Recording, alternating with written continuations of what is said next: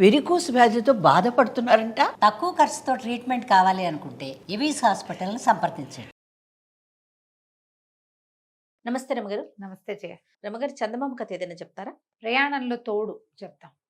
అవసరం అంటున్నారా, అవసరం లేదంటున్నారా? చాలా కావాలి కదా. అవునండి, ప్రయాణాల్లో తోడు కావాలి. నేను అమెరికా వెళ్ళే అవకాశం ఒకటి వస్తే ఎవరు తోడు లేరని మానేశాను నేను. అవునా? నాకు చెప్పొద్దు రమగారు, నేను వచ్చేసేదాన్ని. తోడు అవసరం కదా, చాలా అవసరం అండి. అంటే ఇవాళ రేపు ఏముందండి అని పొట్టడారు చాలా మంది. ఏం కాదు మీరు వచ్చేయండి, ఏం పర్వాలేదు అని. ఒకదాన్నే వెళ్ళలేనని అనుకున్నా నేను. మరి పెద్ద ప్రయాణం కదా. రమగారు, చిన్న ప్రయాణాలకు కూడా మనం ఒక్కలమే పోలేము. ఇప్పుడు అలవాటు అయిపోయింది. అసలు ఒంటరిగా వెళ్ళే అలవాటు తప్పించేసాను నేను పూర్తిగా. చాలా కష్టం చెయ్య, చాలా కష్టం. అందుకే ఇప్పుడు ఒంటరిగా ఎక్కడికైనా వెళ్ళిపోవాలని చూస్తున్నాను నేను ఇలా అయిపోయానని. మీరు సింగిల్ గా ఎవరికి చెప్పకుండానా? చెప్పకుండానంటే ఇంట్లో చెప్తాను. నాకు చెప్పండి, నేను కెమెరా తీసుకుని వచ్చేస్తా. ఈ ప్రయాణంలో తోడు. ఓ పల్లెటూరులో ఒక సుబ్రహ్మణ్యం ఉన్నాడు. వాళ్ళ అమ్మ పెద్ద ఆవిడ, 60 ఏళ్ళ ఆవిడ, 60 దాటిన ఆవిడ. పక్క ఊళ్ళో ఉన్న కూతురికి కొంచెం ఒళ్ళు తరచుగా జ్వరం వస్తుందని ఎవరో ఎవరి ద్వారానో కబురు తెలుసుకున్నాడు. సుబ్రహ్మణ్యం అన్నాడు, అమ్మ నేను ఇప్పుడు రాలేనే, మన ఊళ్ళో పిల్లలు ఎవరైనా వెళ్తున్నారేమో, పొలం పనులు ముమ్మరంగా ఉన్నాయి, ఊరు వాళ్ళు ఎవరైనా అటు వెళ్తున్నారేమో కనుక్కుంటాను, వాళ్ళని తోడిచ్చి నిన్ను పంపుతాను అని చెప్పాడు. ఆ రోజు ఈవిడ ఏరా కనుక్కున్నావా, చెల్లాయిని చూసొస్తాను రా అని ఆవిడ సతాయిస్తాను. సరే ఊళ్ళో కుర్రాడు రాజేశం అని ఒక కుర్రాడట. వాడు ఆ పక్క ఊరు, ఒక రోజు ప్రయాణం ఉంది. ఓకే, నడిచి వెళ్ళాలి, అడవి దారి పడి వెళ్ళాలన్నమాట. ఆ కుర్రాడిని అడిగితే ఆ కుర్రాడు ఊరు వెళ్తున్నాను అన్నాడు. అనగానే మా అమ్మని తీసుకెళ్ళి మా అమ్మకు తోడు వెళ్ళని అడిగాడు. నీకు పెద్దగా ముసలాళ్ళతో వెళ్ళటం ఇష్టం లేదు అబ్బా, బోరు కొడతారు వాళ్ళు, పెద్దవాళ్ళు భలే బోరు కొడతారు కదా, వద్దనుకున్నాడు.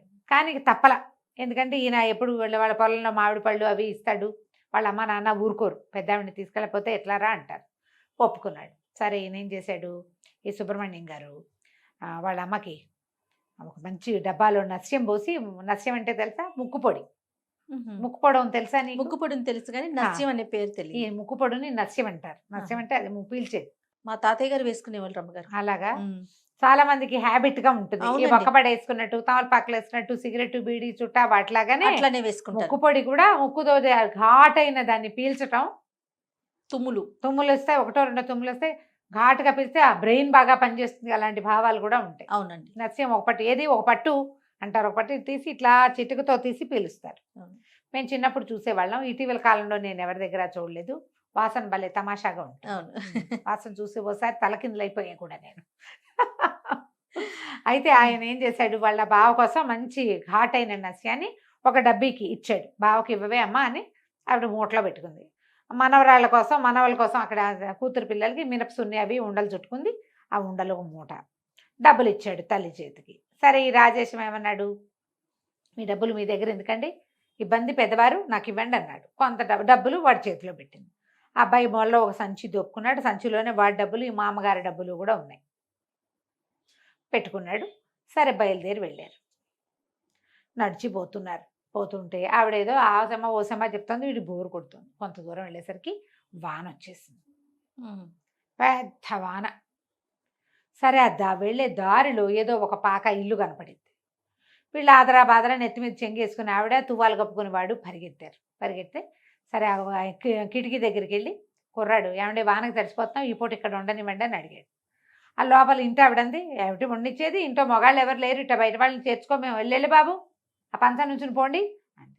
అనగానే ముసలావిడ కుర్రాన్ని పక్కకు చూసి అక్కడ కనపడి ఆ కిటికీలోంచి, అమ్మ పెద్దదాన్ని, మరి మీ అమ్మ లాంటి దాన్ని, అబ్బాయి మీ తమ్ముడు లాంటి వాడు, వాడు ఏమీ దాంతో ఇబ్బంది ఏమీ లేదమ్మా, వానకు తడిస్తే వెళ్ళలేము, బట్టలు తడిసిపోతున్నాయి అదే లేదు అనగానే ముసలావిడ కనపడేసరికి ఆ ఇంటి ఆవిడ తలుపు తీసింది.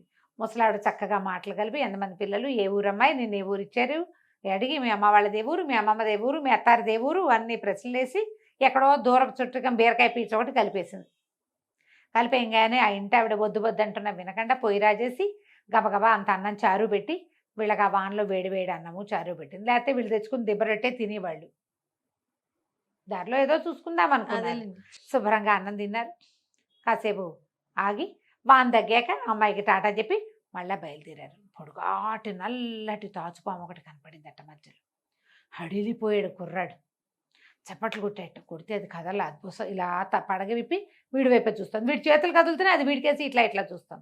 ఈవిడేం చేసింది, ముసలావిడ చేతిలో ఒక చిన్న కర్ర ఉంది, కర్రని ఇట్లా నేలకేసి 5-6 సార్లు కొట్టేసరికి పాము సర్రమని పక్కకి వెళ్ళిపోయింది అవతలకి వెళ్తే ఈ ముసలావిడ చెప్పింది, పాముకి చెవులు ఉండవురా అబ్బి, నువ్వు చప్పట్లు కొడితే దానికి అర్థం కాదు, చేతులు ఉప్పుతున్నావని నీ చేతులకేసి చూస్తుంది, అది కదలికలే కనపడతాయి అంతేగా, దానికి చెవులు ఉండవు, నేల అదిరితే పారిపోతుంది పాము, నేల అదిరికి పారిపోతుంది, తెలివిగా ఉండాలిరా, అట్ట భయపడితే ఎట్లా అన్నది. సరే అక్కడి నుంచి నడవటం మొదలుపెట్టారు. ఒక చిన్న కొండ మలుపు లాంటిది ఉంది అక్కడ, ఆ మలుపులోంచి ఒక దొంగవాడు వచ్చాడు. ఈ రావటం ఏం చేశాడు, రాజేశం గడి మెడ మీద పెట్టేశాడు కత్తి. తీ డబ్బులు ఏమున్నాయి, తీయి అని హడిలిపోయి వణికిపోయి కుర్రాడు బొడ్లో ఉన్న సంచి తీపోయాడు. ముసలావిడంది, అయ్యో అబ్బి, డబ్బుల కోసం ప్రాణం తీస్తావుట్రా, వాడి దగ్గర ఏమున్నాయి, నా దగ్గర ఉన్నాయి, నేను ఇస్తా ఇట్రా అని చెప్పి మెల్లిగా మూట విప్పింది. విప్పేసరికల్ వాడు చూస్తున్నాడు, కత్తి చూపిస్తున్నాడు కానీ ఇస్తుందని. ఈవిడేం చేసింది, మూట విప్పి మూటలోంచి, చిన్న మూటలోంచి డబ్బీ తీసి, ఆ డబ్బీలోంచి ఇంత దస్యం తీసి కంట్లో కొట్టేసి. అయ్యో తెలివి వాడు లబో అది మహాభగ్గుమంటుంది. అది ఇప్పుడు నీకు భగ్గుం అనకపోయినా కనీసం ఫేస్ పౌడర్ పడినా కంట్లో మడుతుంది కదా, కారమే పోయక్కర్లా, చేతిలో ఫేస్ పౌడర్ ఉండి ఫేస్ పౌడర్ విసిరేసిన ఒక మన కంపాక్ట్ పౌడర్లు అయితే పడవు, చేతిలోంచి ఊడిపడవు. మామూలు ఫేస్ పౌడర్ డబ్బా ఉంటే ఆ డబ్బా ఇట్లా విసిరితే కంట్లో పెడితే మామూలుగా ఉండదు దాని సంగతి. వాడు లబో దిబోమంటూ పరిగెత్తి పారిపోయాడు. కళ్ళు మండిపోతున్నాయి, ఇక్కడ నీళ్లు కావాలి కళ్ళు కడుక్కోవడానికి. వీళ్ళు దారి తీసి వెళ్ళిపోయారు. ఆవిడ నవ్వుతూ చెప్పింది, ధైర్యంగా ఉండాలి, బ్రెయిన్ పని చేయాలి మనకి. సరే ఒక ఊరు దాటారు, ఇంకా వెళ్ళాలి, ఇంకా కొంచెం ఉంది. అయితే ఈ కుర్రాడు ఏం చేశాడు, ఒక అరుగు మీద ఆవిడని కూర్చోబెట్టి, ఇక్కడ కూర్చోండి మామగారు, నేను ఏమైనా ఆకలిస్తుంది, తినడానికి ఏమైనా పట్టుకొస్తాను అని చెప్పాడు. ఊళ్ళు దాటి వెళ్తారు, తిండి దొరుకుతుంది మధ్యలో ఎక్కడో. ఈవిడ్ని ఇక్కడ కూర్చోబెట్టాడు, వాడు వెళ్ళాడు. ఎంతసేపటికి రాడే, దుకాణాల వైపు వెళ్ళిన వాడు. ఏమిట్రా వీడు రావట్లేదని ఆవిడ మూట భుజాన్ని వేసుకుని అక్కడికి వెళ్ళేసరికి ఒక కొట్టు దగ్గర బాకెట్లో వీడిని గోల చేస్తున్నారు వాళ్ళు. ఏమిటా గోల, వీడి దగ్గర డబ్బులు లేవు, ఉండాలి డబ్బులు, వీడు తినేశాడు, నా తినేసిన డబ్బులు ఎవరు కక్కుతారు, నువ్వు గిన్నెలు దొంగతావా, వాకిళ్ళు ఊడుస్తావా, బిడ్డ దంచుతావా, ఏం చేస్తావో చెప్పంటున్నాడు దుకాణందారు. ఈ కుర్రాడంటే డబ్బులు పోయినాయండి, నేనేం చేయను అంటున్నాడు. వాడు ఆల్రెడీ టిఫిన్ తినేశాడు అక్కడ. ఓకే, ఆడేదో ఫలహారం చేస్తే తినేసి మామగారి కోసం ప్యాక్ చేయించాడు. ఈ లోపల ఇదైంది. ఆవిడొచ్చి ఏమిటి నాయనా అని కనుక్కుని, సరే పర్వాలేదులే అని చెప్పి డబ్బులు తీసిచ్చి మా వాడిని వదిలేయి, డబ్బులు జారిపోయినాయి.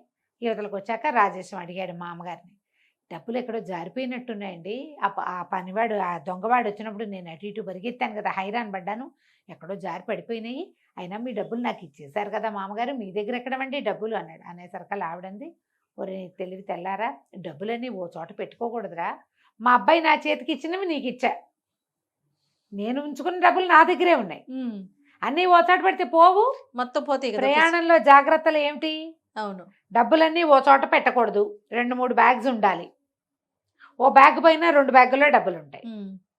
ప్రయాణంలో ఎవరితోటి వాదించకూడదు, పొట్లాడకూడదు, గొడవ పడకూడదు, మంచిగా మాట్లాడుకోవాలి, అంతేనా. ఏదైనా ఎవరో దొంగవాడో ఎవడైనా వస్తే ఉద్రేకపడకుండా ప్లాన్ ఆలోచించుకోవాలి తెలివిగా. ఏ పామో లేకపోతే ఏ జంతువో ఎదురుపడితే దాని మార్గం ఏమిటో ఆలోచించి దాని నుంచి బయటకు పడాలి. అక్కడి నుంచి సరే ఇంకొక 4 గంటల 5 గంటల ప్రయాణంతో నడకతోటి వీళ్ళు వాళ్ళ ఇంటికి చేరిపోయారు. 2 రోజుల తర్వాత మళ్ళీ ముసలావిడ ఇంటికి వచ్చేసింది, సుబ్రహ్మణ్యం గారింటికి. సుబ్రహ్మణ్యం గారు, ఏమిటి అమ్మా అప్పుడే వచ్చేసావు, 4 రోజులు ఉండకపోవా చెల్లాయి దగ్గర అంటే, ఏమో లేరా చూసాగా రాజేశం మామ, నువ్వు రేపతే నేను ఇంటికి వెళ్ళిన అన్నాడు. వాడికి ప్రయాణంలో తోడు తెలిసింది, ఈవిడ తోడు ఉంటే ఎలా ఉంటుందో, అందుకని ఆవిడే తోడు కావాలనుకున్నాడు. 2 రోజుల తర్వాత ఇంటికి వెళ్దాము, రండి రండి రండి అని నన్ను వెంబడి తీసుకొచ్చేసాడురా.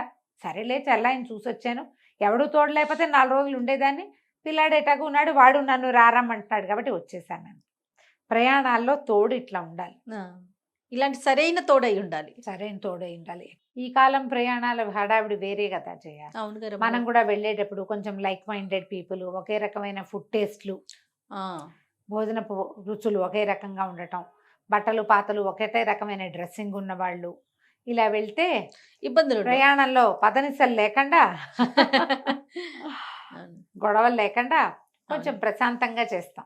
ఎక్కడికైనా వెళ్ళేటప్పుడు 4 కనుక్కోవటం, బట్టలు అంటే వసతిగా తీసుకెళ్ళటం, చుట్టుపక్కల ప్రాంతాల్లో ఏ సమస్యలు రావచ్చో కనుక్కోవటం, ఓ బ్యాటరీ లైట్ లాంటిది పెట్టుకోవటం, తర్వాత దోమలకి ఏదైనా ఒకటి పెట్టుకోవటం, రిపెల్లర్స్ ఏదైనా క్రీమ్స్ అయినా ఏదైనా పెట్టుకోవటము, అలాంటివి కొంచెం జాగ్రత్తలు ఎప్పుడూ వహించాలి. ప్రయాణాల్లో మంచి తోడు ఉంటే ప్రయాణం చాలా హాయిగా వెళ్తుంది. ఎప్పుడైనా అలాంటి అవసరాలు వచ్చినప్పుడు అలా ఆలోచించండి, కథ మాత్రం వినేయండి, బాగుంటుంది. నమస్తే రమగారు. నమస్తే జయ.